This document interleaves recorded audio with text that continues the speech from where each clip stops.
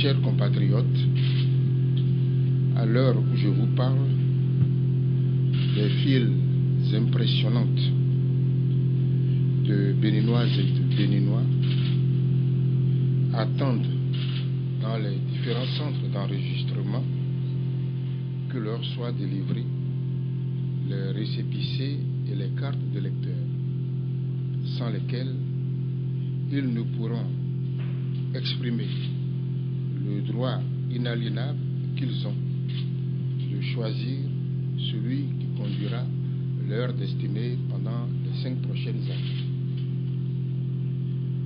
Nous sommes à 48 heures de l'ouverture du scrutin.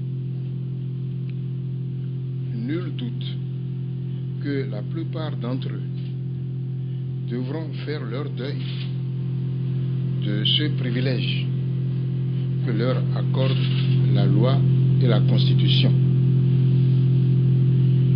Ils en feront leur deuil, non pas parce qu'ils auront commis une faute, mais parce que, délibérément et méthodiquement, grâce à un recensement tronqué et à un enregistrement escamoté, le gouvernement Yaïboni a voulu priver du droit de vote 1 300 000 de nos compatriotes pour s'assurer une réélection facile. Ce n'est pas par hasard, en effet, que les départements de notre pays les plus concernés par ce phénomène d'exclusion sont ceux reconnus comme hostiles à son gouvernement.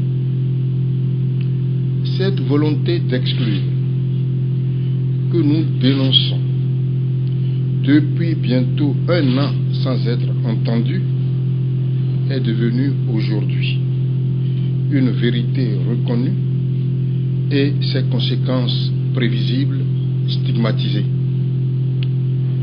Reconnue et stigmatisée au point que le pays tout entier, sa classe politique, la société civile, les travailleurs, les confessions religieuses et même au-delà ont tour à tour appelé aux corrections et aux reports nécessaires pour aboutir à des élections transparentes et apaisées. Je salue la lucidité et la clairvoyance des organisations de la société civile. Je salue la détermination des syndicats de travailleurs. Je salue le collectif des candidats à l'élection présidentielle. Je salue enfin la sagesse et la médiation de nos anciens chefs d'État, les présidents Émile Derlin Zinsou et Nicéphore Dieudonné Souglo. Leurs actions conjuguées ont permis d'aboutir à l'adoption de la loi du 4 mars 2011 portant habilitation spéciale des organes en charge de la réalisation de la LEPI, votée par consensus à l'Assemblée nationale. Cette loi, ainsi que vous le savez, n'a pas été appliquée, ou du moins son application se fait à dose homéopathique, laissant ainsi, nous en sommes sûrs maintenant, en rade des centaines de milliers de nos compatriotes. À 48 heures du scrutin, la liste des électeurs n'est donc pas épurée. À 48 heures du scrutin, l'affichage de cette liste exigée par la loi n'est pas devenu effectif.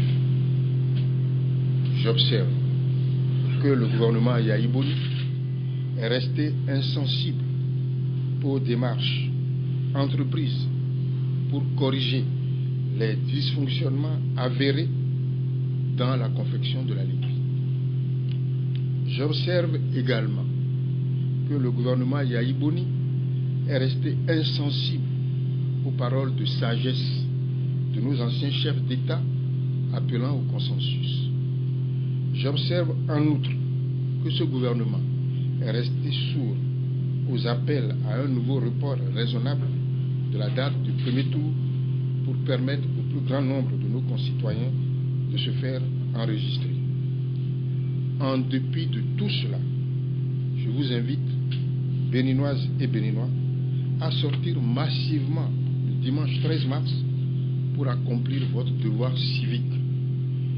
Chacune des voix que vous porterez sur moi sera perçue comme une sanction infligée à un régime d'incapables, de corrompus, de prévaricateurs, un régime qui met de surcroît en danger notre démocratie et la paix chère à notre peuple.